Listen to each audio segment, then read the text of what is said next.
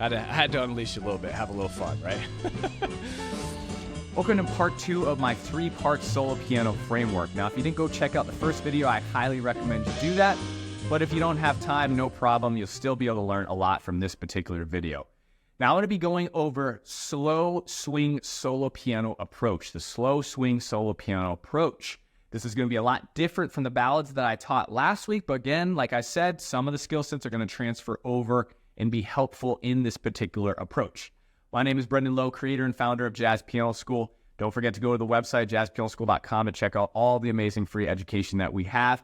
And my live teaching programs are starting the first week of September. So if you are interested in studying with me or my educators and getting college-level curriculum, lessons, workshops, masterclasses throughout the year, definitely go check that out by going to jazzpianoschool.com/group. With that being said, let's dive right into this lesson. All right, here we are again, day 2. How's everyone doing? Can you guys hear me okay? Let me know. I'm going to check everything here, make sure everything's going smoothly. Hey, Mike.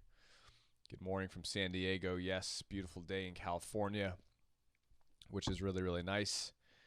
So that's good. Let me see here. Just checking some settings. Yep, that looks good. Okay, I'm going to get rid of that because I don't want to listen to myself. Hope everyone's doing well. My name is Brendan Lowe, creator and founder of Jazz Piano School. Today I'm going to be going on to part 2 of my solo piano framework. We're going to be getting into slow swing tunes, slow swing solo piano tunes. That's going to be about, I said 85. It really can range, but 80-ish. About low 80s to 110 BPM. So thank you guys so much for being here. Let me open the chat real quick. Got closed for a second. There we go. Okay, great. So we got Bruce, Susanna, Umberto, awesome. Mike, good to see you guys. Good to have you guys here again. Thanks so much. Scott, awesome from Napa. Beautiful day over there, I'm sure as well. So yeah, this is going to be really, really fun. I'm really excited for today's lesson. And it's going to involve different components, different skill sets, and again, still building off of what we learned last session. Hey, Nick, thanks for being here. So before, in our ballads, as you guys remember, or hopefully you remember if you weren't here, whoops, one sec here.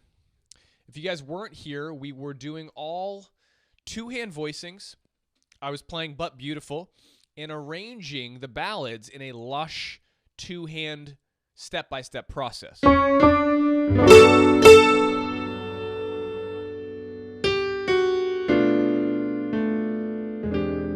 Right? Nice, easy way. Now, again, the way that I'm playing and showing you guys here what is the full professional version, right? So I'm adding in a lot of things, extensions, melody, shells, 1 and 7. If I start to break this down, though, remember, I'm going to take out my extensions here. I'm going to work backwards now, just to kind of review what we did last time. So I'm going to take out my extension here. There's my 13. The only extension I was adding into this first chord was my 13, so I'm going to take that out. The melody is a 9. That's why you can see on the notation software that the melody says the notation says G major 9 there, right? But I'm going to take out my 5 now. So now all I have is melody, shells, and 1 and 7. Right? I'm going to take out my 7 in my left hand. Now we got bass note, shells, and melody. Okay? And then finally, if I take out my bass note, I got melody and shells, and then I just have melody. Right? So I worked backwards there. And if I go forwards again, melody, shells, bass note. Here's 1 and 7. Here's the addition of the 5th in my right hand. Here's the addition of the 13, the color now on top of everything. That's a full professional voicing right there. So that's how you can work back and forward. And again, I want you guys all to discern where you need to be in that step-by-step process. You definitely shouldn't be starting from the last step, and you should kind of pick and choose where you're at. Do I need to just practice shells with melody, which is kind of what I gave some of you the homework last time? Do I need to just practice shells with bass notes? Do I need to practice 1s and 7s with my shells? right? And you can do everything separately. You don't have to do it all together. If you know your shells and melody, but your 1s and 7s aren't great yet, or like maybe going to 1s and 10s, that's what you can practice. So you can go through the whole tune with 1 and 7, going to 1 and 10, going to 1 and 7, back to 1 and 7, back to 1 and 10, 1 and 7, 1 and 10, right? Each component should be able to be worked through in a very fluid way, I would say, a very fluid way that's easy, relieved of hesitancies, no hiccups, because each component has to be solid. It has to be a gear, as I mentioned yesterday. If one of the gears that are turning all together, if they're not working, if one gear isn't working, then it's going to disrupt the flow of everything else. And that's a lot of times what happens. So anyway, let me take a breather here to say some highs to you guys. Thanks, Susanna. That's great. Tom is great. Jess is here. Awesome. So if you guys want to find a couple house cleaning items before I get into the next step of the process of the framework, if you want to find all of these, you can go to youtube.com/Jazz Piano School. All the live streams that we ever do and all of the video podcasts are always on YouTube. So, there's over 350 podcasts for all the new listeners and visitors out there. I highly recommend you subscribe to the channel, follow along. We release podcasts weekly. I do live streams. People, my other instructors do live streams, so it's a great channel to be a part of.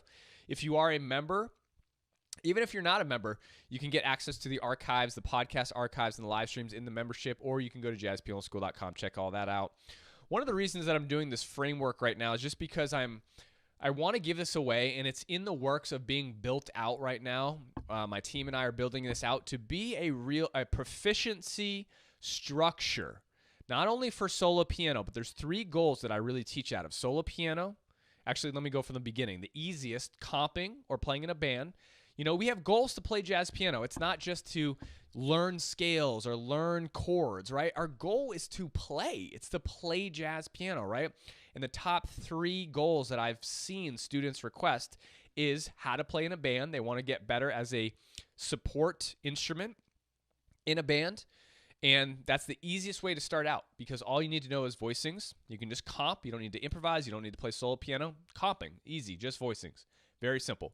That's goal number 1. Goal number 2 is students want to learn how to play solo piano. That's what we're doing here, right? We're learning solo piano, and we're learning the 3-step framework of my solo piano system.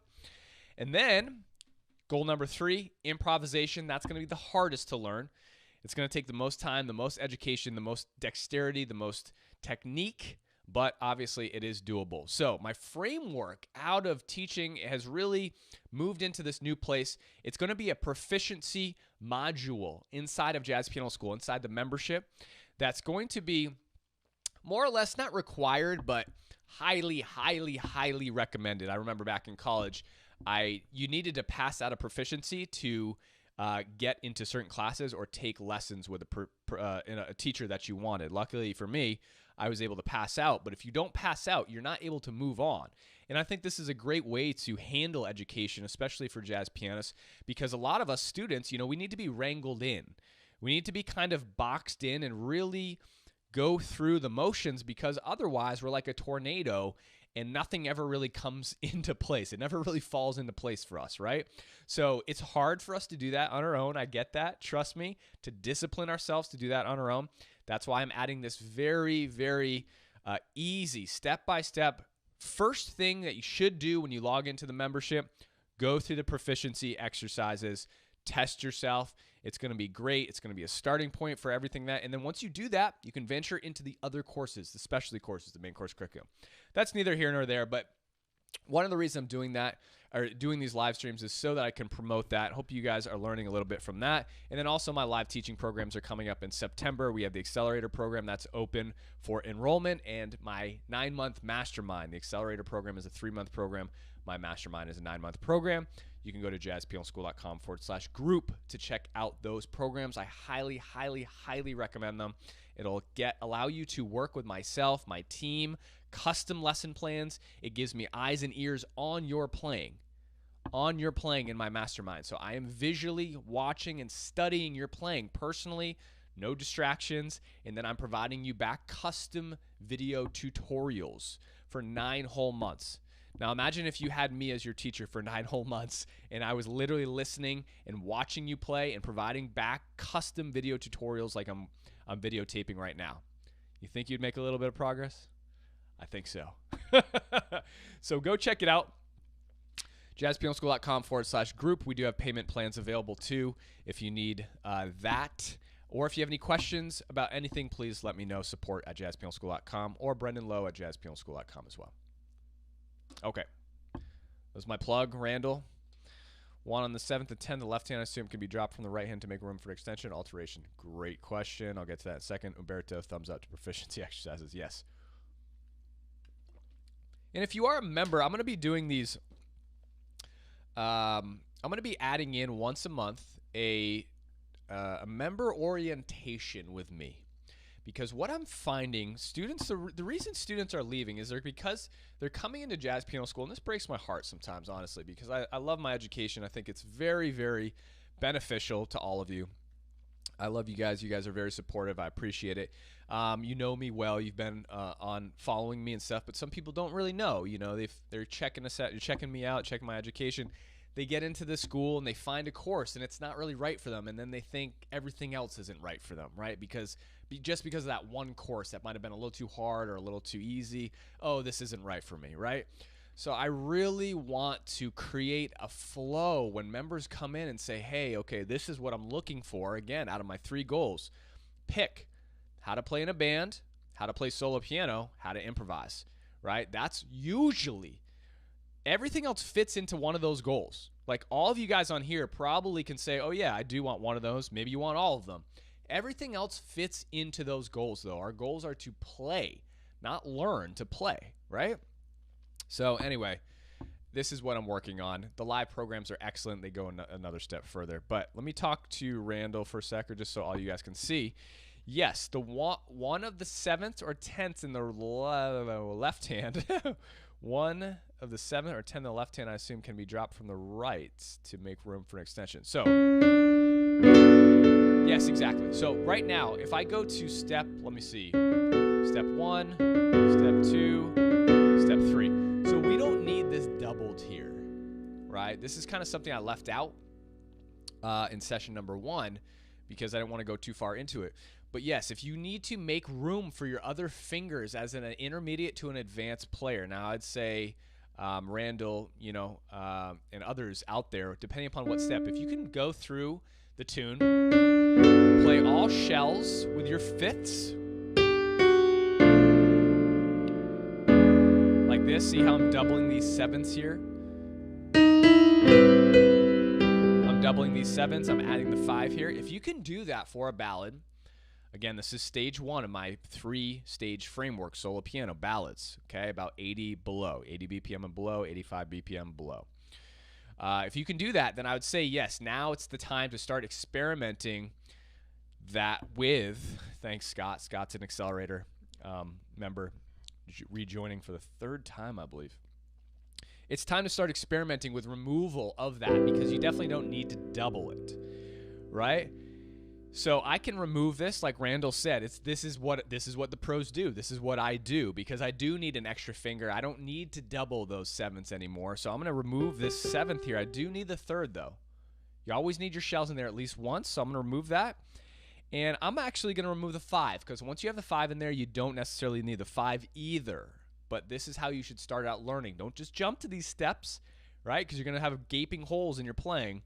Make sure you learn with the 5 first, then you can start to move it. So here, I'm going to take out my 5. I'm going to move my 5 to the 11, and I'm going to take my 1-7 that I removed because it was double, and I'm going to put that on the 13. Right? So now my voicing is this. How gorgeous is that? I just created a beautiful A minor 11-13 voicing. So I have... Here's my voicing. That's gorgeous, right? That's a Bill Evans-y voicing there with that 13. Love it. So yes, absolutely. Thanks for bringing that question up, Randall. Again, these are advanced techniques that you would start to use when you want to color your own. All right. Let's get into, oops, what did I do? Don't want that. let's get into the step 2 of my solo piano framework, okay? Just lost my chat, which is not good. There we go. There we go. Thank God. All right. So I'm going to pull up the tune, Our Love Is Here to Stay. I forgot what tune I chose. Let me pull this up here for you guys.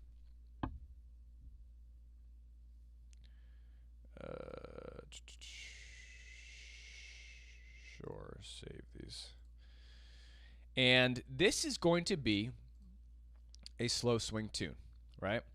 So we are on to stage 2. Now we define the stages in the styles of the tune really by the tempo, right?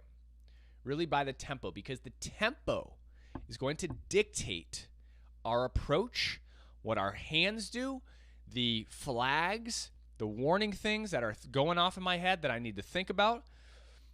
All of this is dictated by the tempo. When I'm playing a ballad, there are certain things I need to think about, like I was just demonstrating. Voicings, harmonizations, right? I don't need to think about comping that much or like holding a swing tempo, because it's more, when I play ballads, it's a straight ballad. 1 and 2 and 3 and 4 and 1 and 2 and 3 and 4.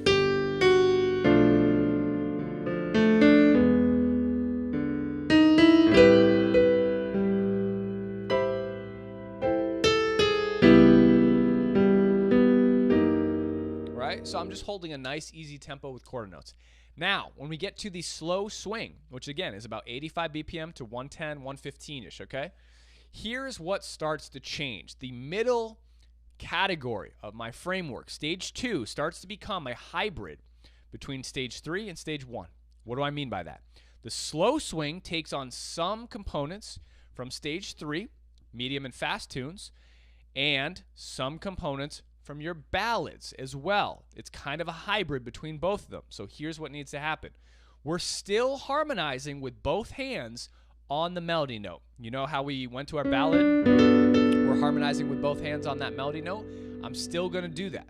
So on that F natural, I don't know how well you can see this because of the stream quality, but on the F natural of the G7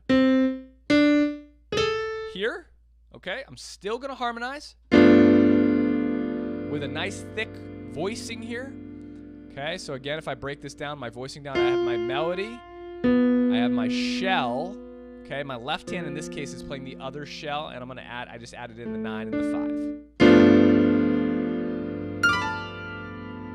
Right, so I'm still harmonizing with nice thick voicings. Why am I doing that? Because A, I have the time. The tempo is allowing me to get these harmonizations in. And beautiful fills as well, because we're not too fast. 1, 2, I think that's about 85. 1, 2, 3.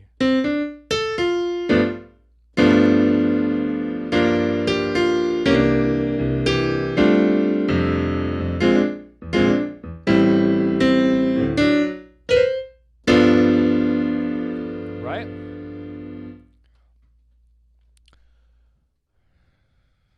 Jess says, wrong chart. Love here to stay. Yeah, love is here to stay. Oh, I think you thought I was talking about But Beautiful. I was referring back to the ballad, Jess. But yes, this is Our Love Is Here to Stay. So again, I'm trying to get these lush, thick harmonies in on this particular tune because I have the space.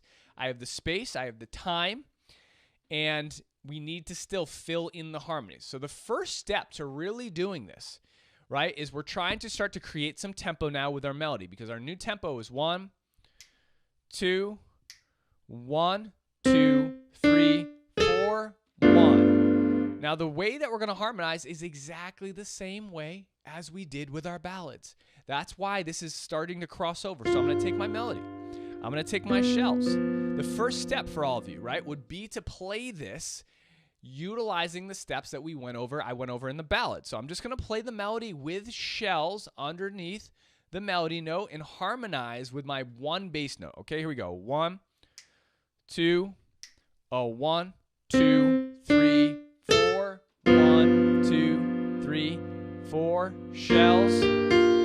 Shells. Let me go a little slower. 2, 3, 4. 1. Right? Sorry.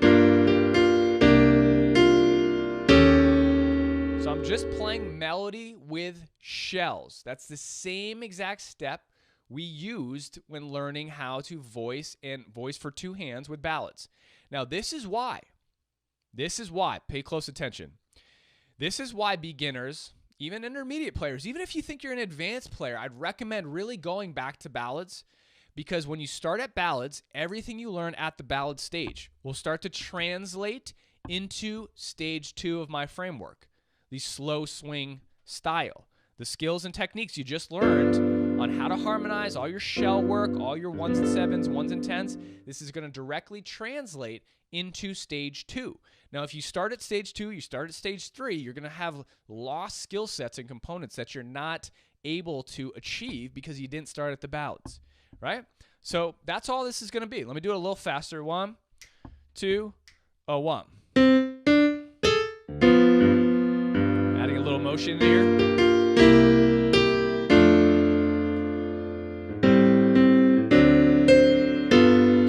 3, 4.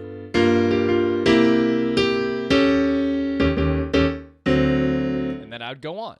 So clearly you can hear it's a slow swing. It's a slow swing feel now. It's a slow swing style. We're not playing the ballad anymore. Now I'm going to get into the rhythmic components in just a second, but this would be your homework. This would be your first step. The shell drill that I gave you guys from the ballad walkthrough is now going to be applied here, but we're creating a different tempo, right? We need to create the swing tempo. Now you'll notice the only way I'm creating the swing tempo here is through the use of the rhythms in the melody. I haven't gone any further than that. I'll say that again because this is really, really, really important, right? Repetition creates impression. The only way that I'm creating the swing feel at this moment in time is through the rhythms that are written on the chart, nothing else, okay? So I'm allowing the eighth notes. How do we create a swing feel in jazz? With eighth notes. The only way we can create a swing feel in jazz is with eighth notes. Right? That I'm able to swing that because they're eighth notes. If I played quarter notes, you're not going to hear, you can't swing quarter notes. 1, 2, 3, 4.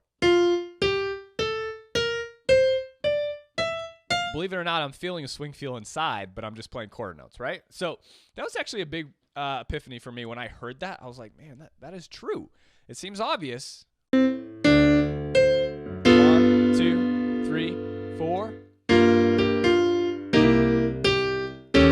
2, 3, 4, 1, right?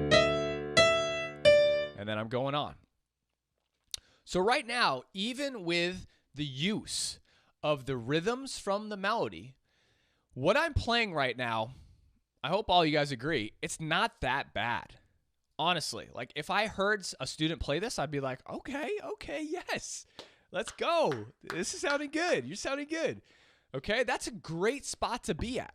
So again, I'd encourage you for your slow swing tempo for the stage 2 framework, open up to slow swing tunes.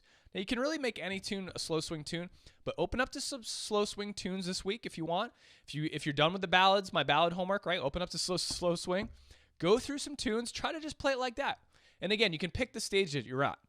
So let's start to add our next step that we learned in the ballads. I'm going to add 1s and 7s, 1s and 7s, and 1s and 10s. 1s and 7s, 1s and 10s. That's all. That's all I'm going to add. So I'm adding one additional note to my arrangement. And I'm just talking about voicings right now, right? I'm not talking about movements or any fancy stuff. I'm just talking about voicings here. Trying to get this so you guys can see the notes better. Here we go. 1, 2, 1, 2, 1. So now my left hand's taking that F.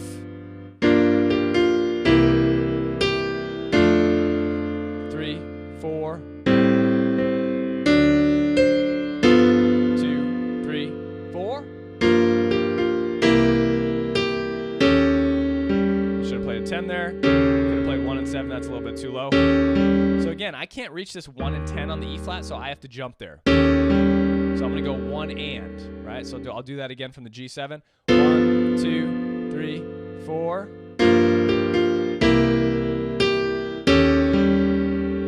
Like that.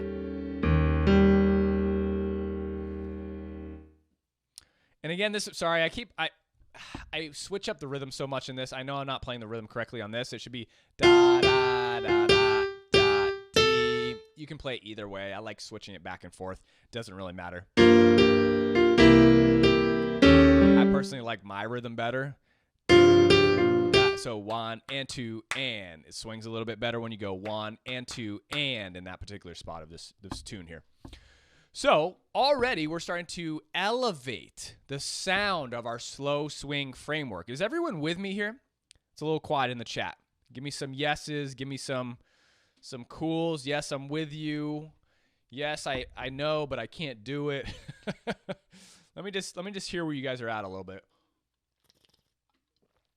How many of you can do something like this pretty easily? Thanks, Randall. Can you guys do this pretty easily? Would you say through some slow swing tunes? Yes. Umberto says yes. Okay. If you can, this is a great spot to be in, right? Really, really great spot to be in. Okay. All right. So we got some yeses. Cool. Not easily. I think I can. Okay, great. Right. Some people are like, yes. Okay, Tom. Awesome. Yes. Still some pedal. Yes. Great question, Randall. So I am pedaling at this point, but I'm also not pedaling. That's why this is another prime example of this stage 2 being a hybrid between my medium to fast tunes where I'm not pedaling at all and my ballads where I'm pedaling all the time. So again, another prime example where I am using some pedal. 1, 2, 3, 4, 1. No pedal. Pedal. Although I don't really need it. I'm pedaling here. So I did my pedal on this. Pedal. If I didn't do that second measure with no pedal, it'd be. Now I could do that, right? I could do that. I'm not saying I can't do that. And I'll talk about more of the uses of the pedal in just a second. But great question again, Randall. It's a hybrid now. Again, another example of being hybrid. So yes and no on the pedal. Bruce says yes, still pretty easy. Great. Okay, so moving on. We got our shells. We got our melody. Cool. Okay, again, all I'm talking about right now, everyone, is voicings, voicing-based stuff, right? I'm talking about just harmonizing the melodies, okay, and just playing the melody. I know we're gonna go a little bit further. We can add in our 5 on some of these voicings here now. So I have my 5 here in the G7, and then I have my 5 here on the G minor. Again, the 5 here is the melody, but I could put it down here if I wanted a bigger chord. That sounds very nice. Susanna says, I'm just discovering right-hand shells before I played these in the left hand. Yes, absolutely, right? So the only time I'm playing left, this is a great observation, the only time I'm really playing left-hand shells, like both shells, is if I use a bass note to shells like this, and my right hand is up here. And this mainly happens in stage 3. So Susanna, stage 3 of my solo piano framework, starts to take in bass note to shells in my left hand. But when I do that session next week, I'll tell you why. But right now, my right hand's still doing a lot of shells. So I have my 5 in there. You can add the 5. You can also, again, like I said, start to go and throw in some advanced voicings you want. If you got some reharms up your sleeve, go for that. A little sus movement there. So I'm just going from my 4 to my 3.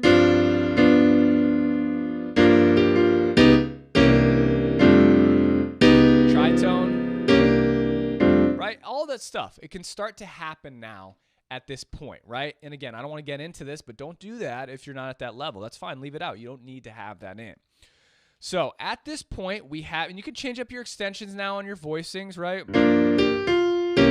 So if you want the flat 9 here, right? I got melody, I got shells, and flat 9. If you are at a point where you can start to do that, go for that, right? This is what really starts to spice up the harmonies now in your framework, right? In your approach on the slow swing. A minor 7, 11. Sharp 11 on the D7, right? By all means, if you're at that point, do it. But try not to jump to that spot if you're not there, okay? So I've discussed your voicing strategy. I just discussed your voicing strategy for your slow swing framework, right? 80 to 115 BPM. It's the exact same framework as stage 1, right? It's the exact same thing. So if you've mastered and gotten really comfortable with your voicing strategy over ballads, which is allowing you to play your voicing strategy at a slower tempo and practice it, then you're pretty much set up for this right now. Would you please talk a bit about playing 7/3 shells as opposed to 7/3? It's either, George. Sometimes this is a great question actually, because it does start to come into effect here. So for example, if I'm on step 1 of harmonizing my melody with my shells, this is what it would sound like here. So I have 1 bass note, and I have melody, and I have 2 shells. Now, as Randall said before, technically, right, if my left-hand thumb can take a 7 to free up a finger and make this a little bit easier, I'm going to do that, right? But the shells, George, should always be underneath the melody. So wherever the next shells come, so here's my melody, the F natural over the G7. My next shell note down is a 3rd, and my next shell note down is a 7th. Here's my bass note. If I'm on step 2, where I'm just adding my bass notes in, this is going to sound great. So then I would go here. Here's my melody.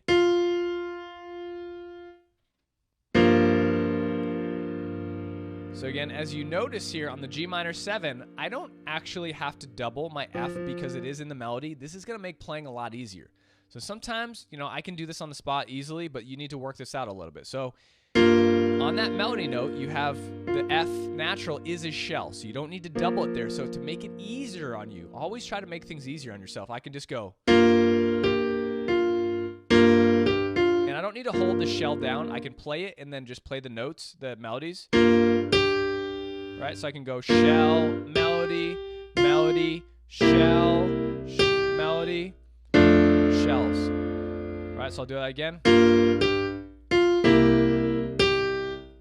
You see how I'm lifting my shells? You can hold the shells if you want for elongating the harmony. See how I'm holding this B flat here? This is a little bit more advanced.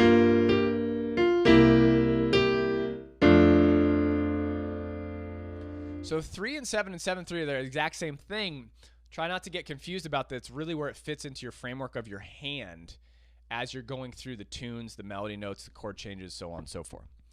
So we just went over voicings. If you have more questions, George, let me know. We just went over voicings. What do we do with the rhythm now, right? We need to start to actually apply a little bit more rhythm. The requirement of a slow swing requires more rhythm. And Umberto says, taking the 7th with the left-hand thumb is often easier for me. Yes, it's often easier for all of us, for every pianist. That's why we do it, because we only have 2 notes in my right hand now and 2 notes in my left hand, and they're nice equal gaps apart. That's what makes it easier, right? And if we're thinking, our left hand should be really thinking 1 and 7, 1 and 10, or super low end bass note. Like, again, to go back to this point real quick, if I played a super low end bass note because I wanted a low end bass note, and the melody, like in the second system there, the melody's in A, I would put both shells underneath my melody note because my left hand is so low, I'm not going to play another 7 or 10 down here. It's too low. That could work, but it's still a little bit kind of low. That's way too low. So when my melody note, if it's an A, and let's say I chose to play that super low end bass note, which I love these low end bass notes, I'm going to put all my shells in my right hand. So, Randall says comp rootless voicings, whole or half notes. Yes, exactly. So, Randall's crushing the game here today. That's great, Randall. So we need to account rhythmically for the slow swing. And how do we do that? The easiest voicing for you all to start to use is your rootless voicings. It's one of the reasons that rootless voicings are so,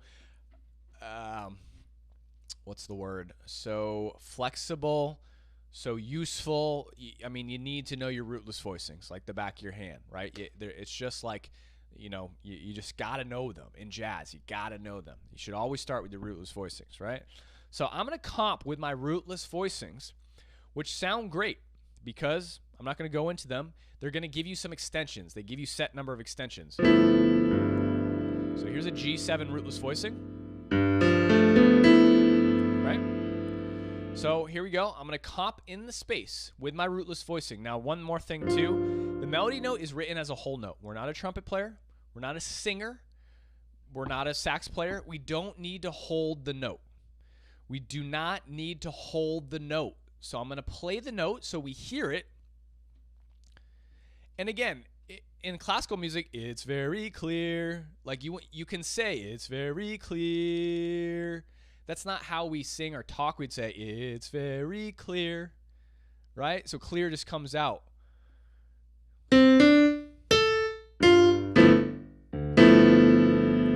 I'll do it again a little bit slower. 1, 2, 3, 4, 1.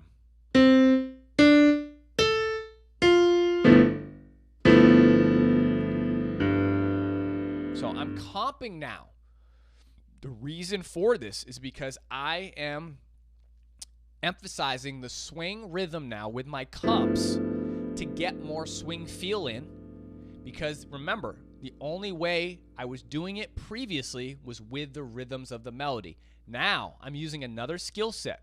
I'm using a skill set of comping, okay, to start to really emphasize the swing in the tune and make it sound meatier and better because I have some supportive voicing comps now to support the melody. Okay, I'll go through the first 8 bars. 1, 2, 3, 4, 1.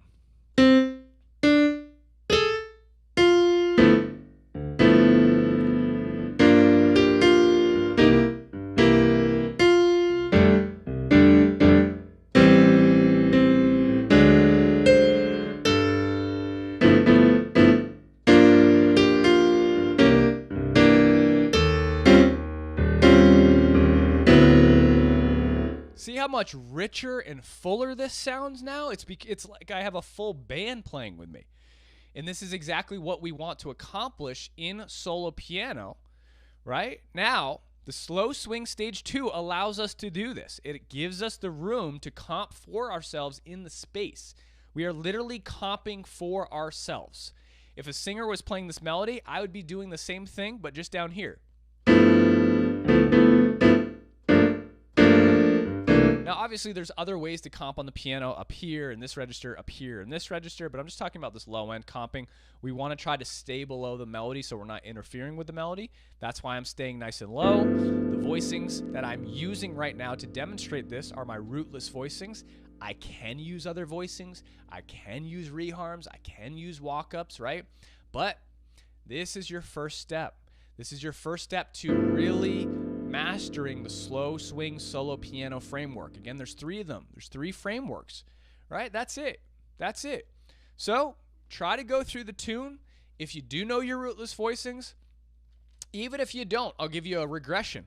Okay? You don't have to know your rootless voicings. Just use some shells. I still use my shells to comp as well, right? So if I go,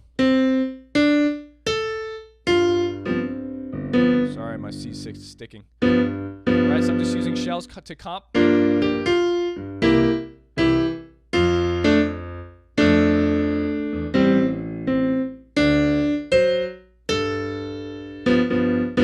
So here, A, comp, comp, comp with shells and bass notes.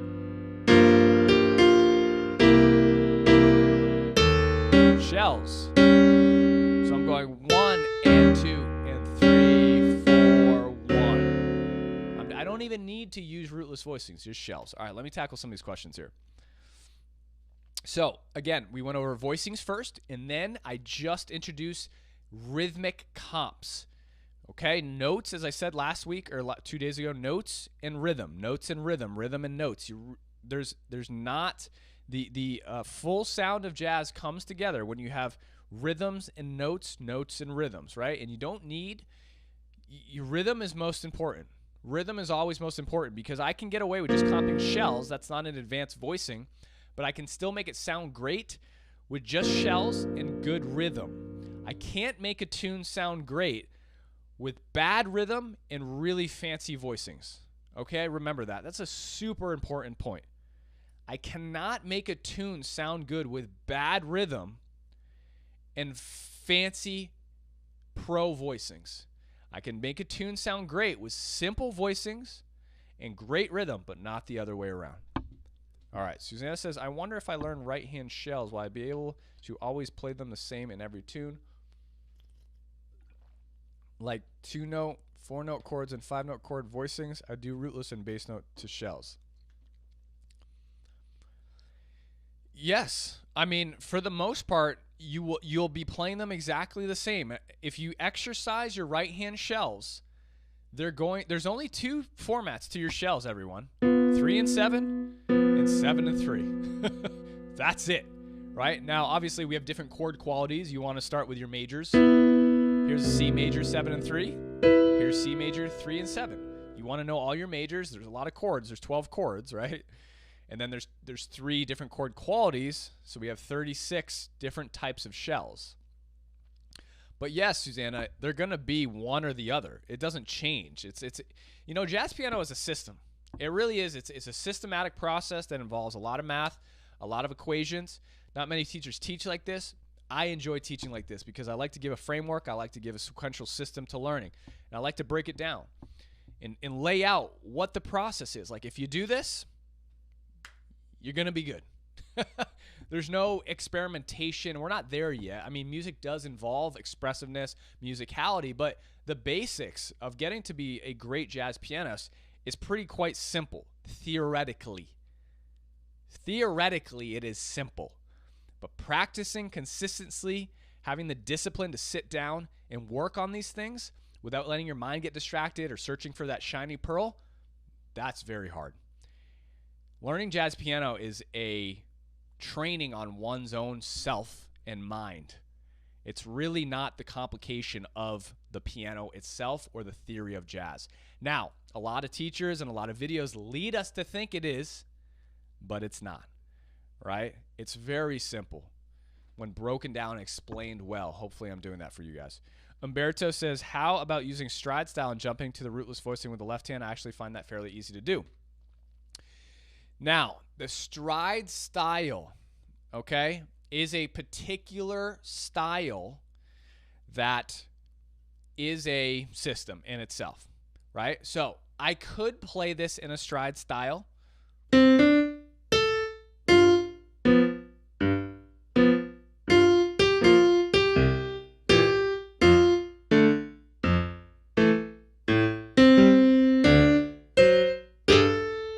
Or jump to full rootless voicings.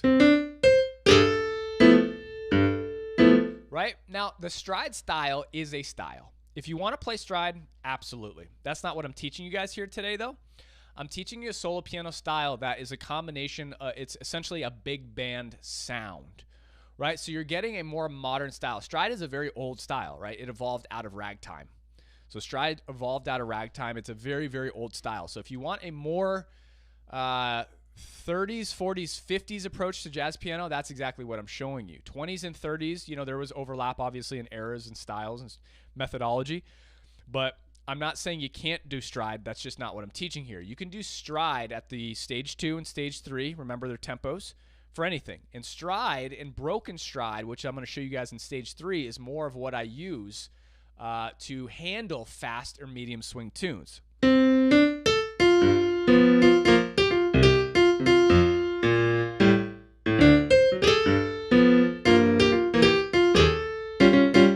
Right? So at stage 3, I just gave you a little demo of what stage 3 starts to take on. My right hand's doing just the melody. It's doing less, but my left hand's doing way more. Now, that was broken stride, but I could do full stride on this too.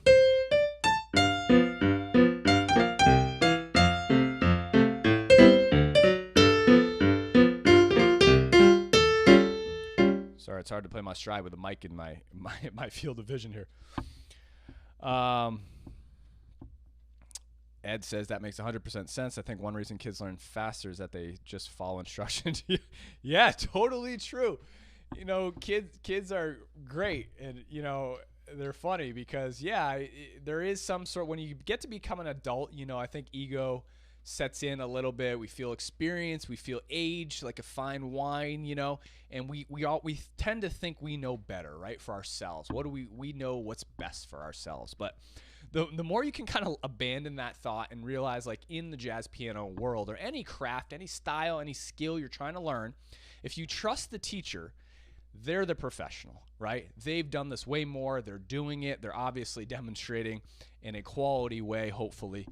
And the more we can just say, okay, they know what they're talking about. He's telling me exactly what I need to do if I just follow what he's going to say. And that's what happened in my mastermind program, which is really nice. All my students trusted me.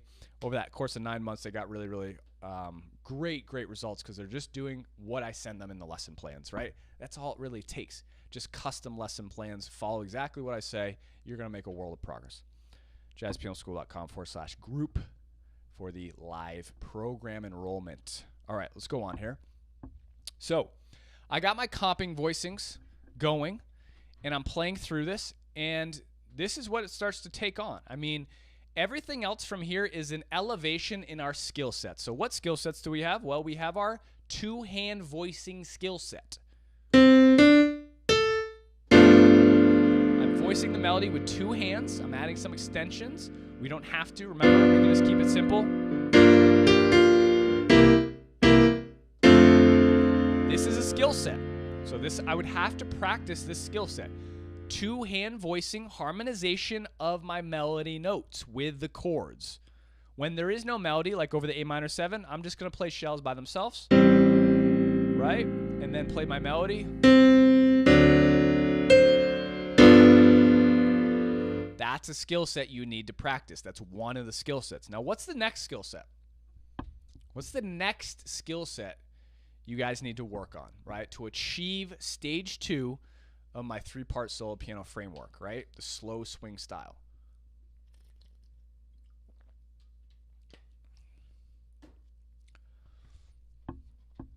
So it's your voicings and it's your comping rhythms and your movement from your right hand down to the low end of the piano, comping chords. Comping chords.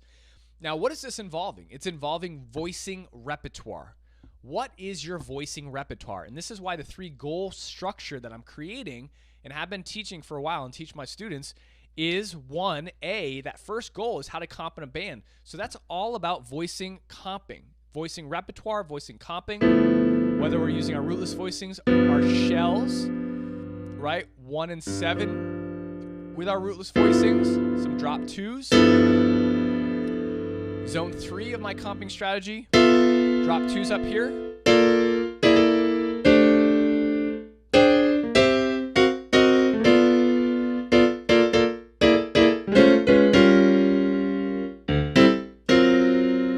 That's zone 3 of my comping strategy, right? Very advanced, drop 2. The zones kind of get more complicated as you move up, and then finally we get up to here.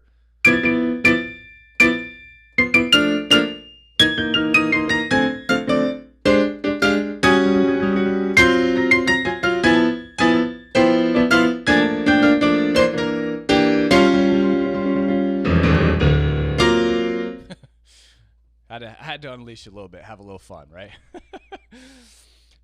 I'm good at having patience for the basics, but sometimes I gotta open up, you know? So anyway, that's a different comping strategy. This is all taught in goal 1, how to play in a band, because the only thing we're focused on is comping, right? So we need our skill set of comping, and that's when we jump down. Comp, two-hand voicing skill set number 1. Skill set number 2, comp.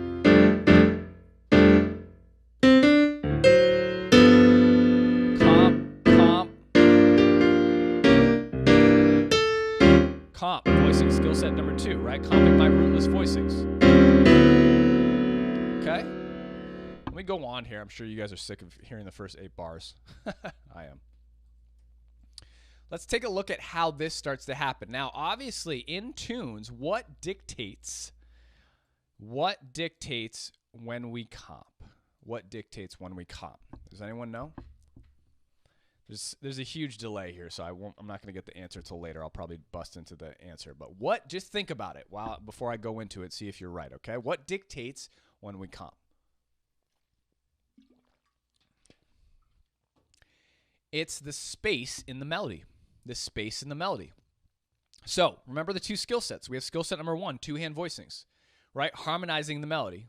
Yes, Randall said space. Crushing it again. Gap in the melody. Okay, a lot of you guys got it. Awesome.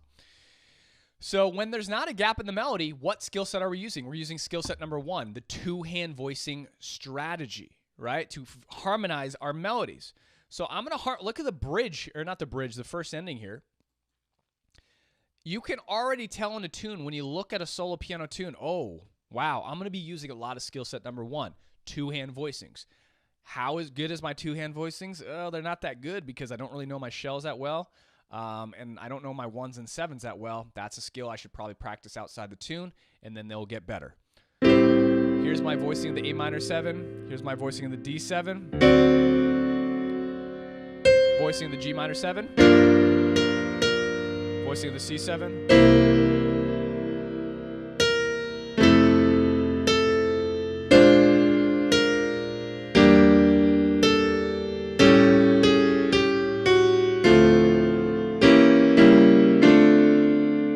Some fancy stuff in for you guys if you want to come back and steal it.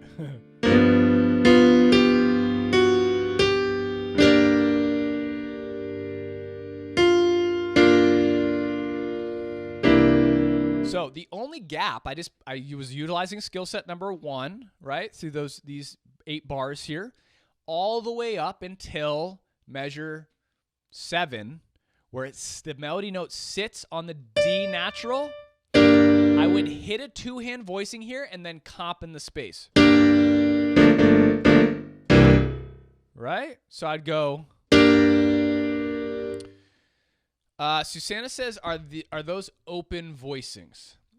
So terminology in jazz is funny. I would recommend and highly recommend you guys try to not get too deep into the rabbit hole of what jazz stuff is called, because it can really throw your thinking on what is what. If I had to describe the texture to you, yes, they're very open. Now, the reason for that is because, see on the D7, Susanna, instead of me playing my shells here, which kind of gives a little clustery sound, what I'm doing here is taking my melody note, and I'm using step number 1, excuse me. So step number 1 is to harmonize with our shells underneath the melody, but I'm putting the shells down here instead of here, right? I have my shells flipped down here. So you can do either way. It doesn't matter. This way will create a more, I guess you call it closed voicing, right? And this is a more, open voicing, right? So I don't really think about closed and open. I just think about textures. Like when the melody, here's a great example for you guys. When the melody is higher, is a great general rule of thumb. You want to try to cover the space on the piano. So like if you have a high melody note, and let's say I'm using this D. The reason I'm using this D, does anyone know? Why can't I use this D as a bass note? You guys you can answer yourself, but I'm using this D because C3 is my cutoff for bass notes in solo piano.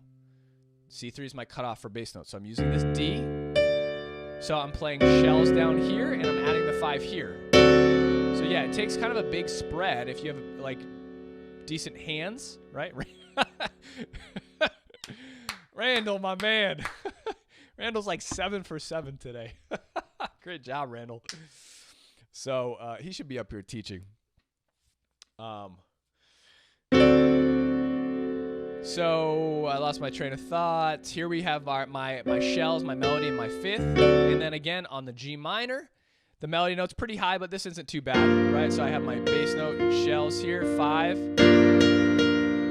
Now again, here, I didn't want to put my shells to the C7 directly underneath the melody note like this, so I went like this. You hear the difference in the spread? Right, so here's this. That's a little thin, right? It's a little thin for jazz. It's kind of like a little bland. Ooh, love it. That's thicker. Now, again, when your shells are down here stacked on top of the bass note, this is a really great thing to do. And this happens when you start to create, when you really try to create, you flip the shells. Instead of being high, you flip them to the lower position, which you should try to work on. Again, the general rule of thumb, when the melody is about C5, like when the melodies are out C5, you should really try to flip your shells so that you have big open spreads, like Susanna said, and not these kind of closed clusters, because you're not going to get a great sound. It's not going to be a balanced, rich sound. So here's what I'd encourage you to do with about 6 minutes left. I'm gonna go over, okay? I want you guys to write for me in the chat where you're at with this. Where are you at with adding some rhythm? Now, I didn't talk about rhythm that much. The rhythms, comping rhythms, you can use, as someone said before, I think it was Randall or something, you can use whole notes and half notes. But I'd highly encourage you to use a balance of an upbeat and a downbeat when you comp. An upbeat and a downbeat. This is going to be, a great equation for creating a swing feel. So, for example, on the G minor 7, I'm going to harmonize 1 and 2 and 3 and 4. So I used and then a downbeat. So 1 and 2 and 3 and 4, 1. So I used an upbeat and a downbeat, an upbeat and a downbeat.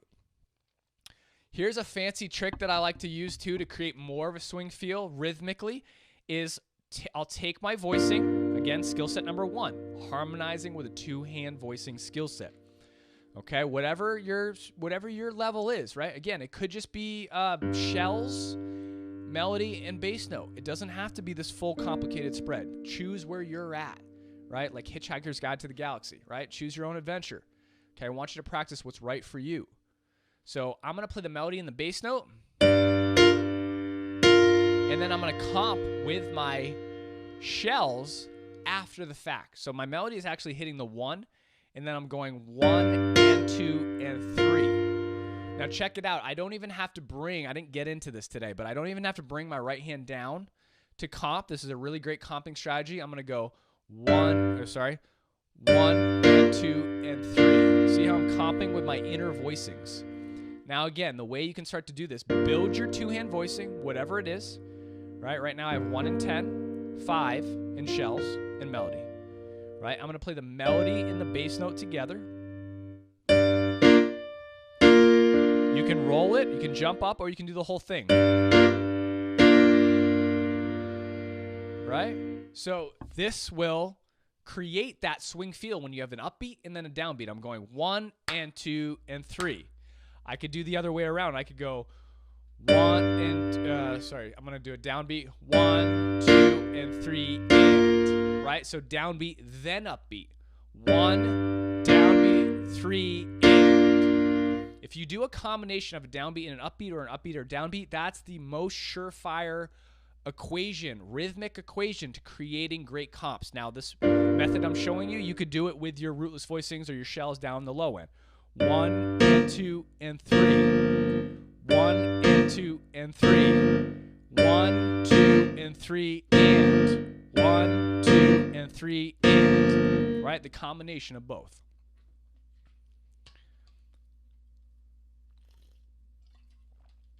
Umberto says, I feel pretty good about my ballad playing, middling and slow swing. Good.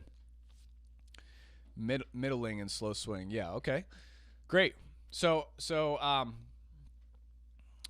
James says, I noticed Wynton Kelly anticipates 1 and 3 a lot on upbeats of 4 and 2, but he's usually in a trio setting. Yes, exactly. So the trio setting, rhythmically speaking, the rhythms translate from solo piano to trio setting very well, to group setting. But what your strategy is on the piano, like if I were to play this in a trio, my whole trio setting for the most part is just left-hand rootless voicings.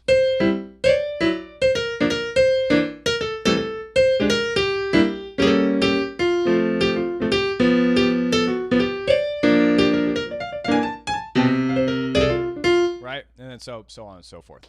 So my left hand's really just doing rootless voicings. My right hand is taking over. So like huge difference in your method and approach from solo piano to trio. But rhythmically speaking, James, yes, absolutely.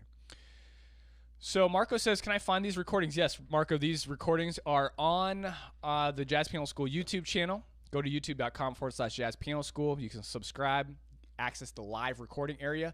We're also going to republish them as podcasts, so you can go to jazzpianoschool.com, check out the podcast. If you're a member, they'll be inside of the members area as well. Go check out my live programs that are starting in September. If you want to study with myself and my team, and specifically me, get some custom lesson plans from me, go to jazzpianoschool.com/group. There's a 9-month program and a 3-month program available. 2 different price points, payment plan. Fantastic, fantastic way to make progress. Lots of accelerator members here I saw today, previous and upcoming, so they can attest to the results that they see in the program, which are absolutely fantastic. So your instruction in comping and rhythm is very useful. Thanks, Umberto. I appreciate that. I appreciate that very much. I try to break it down as best as possible. Again, like I said in Jazz Piano School, there's so much information. I built Jazz Piano School, started building it about over 10 years ago, so I'm really trying to filter out the way students find information. Get rid of this for a little bit. And the way that and what you need. Like, what do you need the most, right? And that's exactly what I'm delivering in these live streams right now, is the most important information that's going to give you the fastest results. I'm all about the 80-20 rule, right? Now, obviously, in this demonstration, no matter what type of tool you want to spice this up, you can add that in, right? So if you want to elevate, you want to think about everything as a lever. Like, if you want to improve your voicings, that's a lever that's a skill set lever you would work on and improve, right? So this voicing here is like an upper structure triad. So this sus, C7 sus, right, to a more complicated voicing.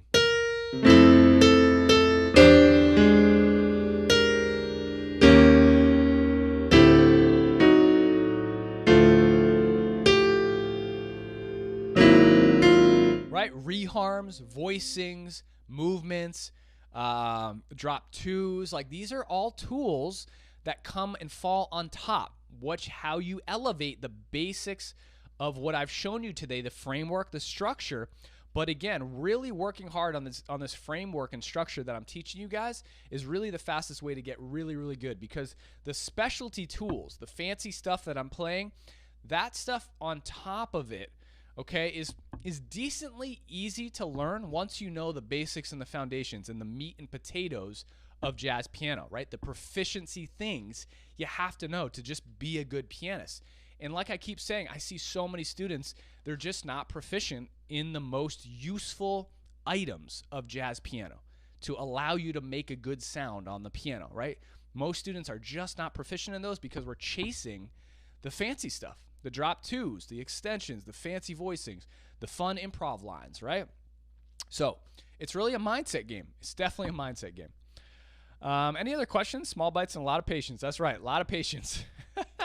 The more we can take our time, stay focused on one thing at a time. A lot of my students will say, oh, I got to put blinders on, right? I really got to put blinders on. Now, obviously, I'm not trying to tell you not to have fun. Like, if you want a little splash of like excitement from a little fun tool or Herbie voicing, go for it. But try not to let yourself go too deep down the rabbit hole in a different direction that takes you off the path, right? All right. When will proficiency tests be available, Randall says. Randall, that's a great question. I'm working really, really hard to release these this year for Black Friday, actually, for new members that want to come on and go through this easy proficiency area around the 3 goals. Hopefully, I'm going to kind of gamify it a little bit, not to a Duolingo extent or anything like that, because we don't have the technology or the budget for that. But, you can go through this small track that's going to give you tests, the skill sets and the tests, and you can try them out on your own. And if you pass, great. You can mark that complete.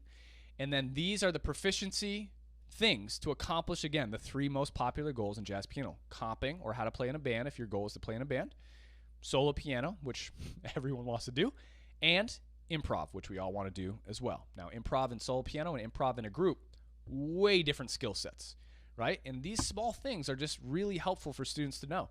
Like the course and track to learn how to improvise in a solo piano fashion is really difficult because it requires both your hands, right? But hopefully in November, Randall, we're really pushing hard for that. I'm gearing up and doing a lot of work to prepare for the new programs that are happening right now. And then once those start, my focus will really be to creating the proficiency coursework. And the member page, the dashboard of the member area will change because you're just going to see that. Like that should be the starting point for all students who log into Jazz Piano School. Just that. Go through one of your goals, whether it's solo piano, improv, do all three if you want, right? And then from there, once you got that material down, start to roam around the other areas of Jazz Piano School. But right now, people are getting into Jazz Piano School, and there's so much information that they're roaming around, and then they get confused and complicated, and they're like, this is too much for me, right? And so they leave. I don't want that happening. I believe in my education, and I want to help people as much as possible, so I'm trying to structure and organize it in a better way. Any other questions that I can help with?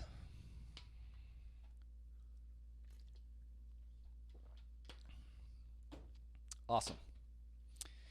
If you do have any questions about any of the material, please let me know. Email support@jazzpianoschool.com. Check out the live program information, jazzpianoschool.com/group. And again, you can get access to all these recordings by going to youtube.com/jazzpianoschool, but they also will be on the Jazz Piano School main website. We'll convert them into podcasts, and the videos will be there as well. So that's it. I'll probably send out the next release date of the next live stream. Thanks, Scott. Appreciate it. Tomorrow, I'm pretty sure it's going to be Monday of next week. Pretty sure. My schedule is pretty volatile right now. I'm just kind of trying to piece this together as I go, but I'm pretty sure it'll be Monday. So if you guys are available on Monday, probably around the same time, 11 a.m. Pacific. Hope to see you guys there.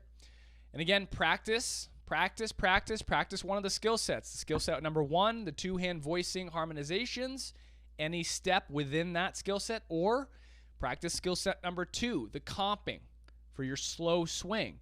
The comping, bringing your right hand down, or just keeping your hand where it is and playing melody and bass note, and then comping with your voicing in between. Okay, take a small bite-sized area of your skill set and practice that. Then try to bring it to some tunes. Please, please, please do not try to practice the skill sets through the tunes.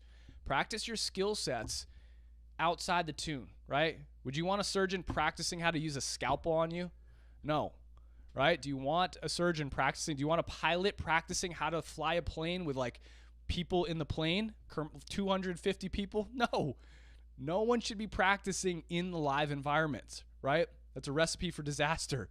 So what do? We practice outside the live environment. We practice the skill sets, the minute movements, right? The surgeon's practicing with a scalpel, different tools on different areas, small movements. The pilot's practicing different maneuvers, the buttons and things like that when they go. Then finally they put everything together slowly in the live environments, right? That's how you bring them to the tunes, and you start to bring these skill sets into the tunes and use them in the live environments. Okay. Enough of my soapbox. See you guys for the next framework. I appreciate it.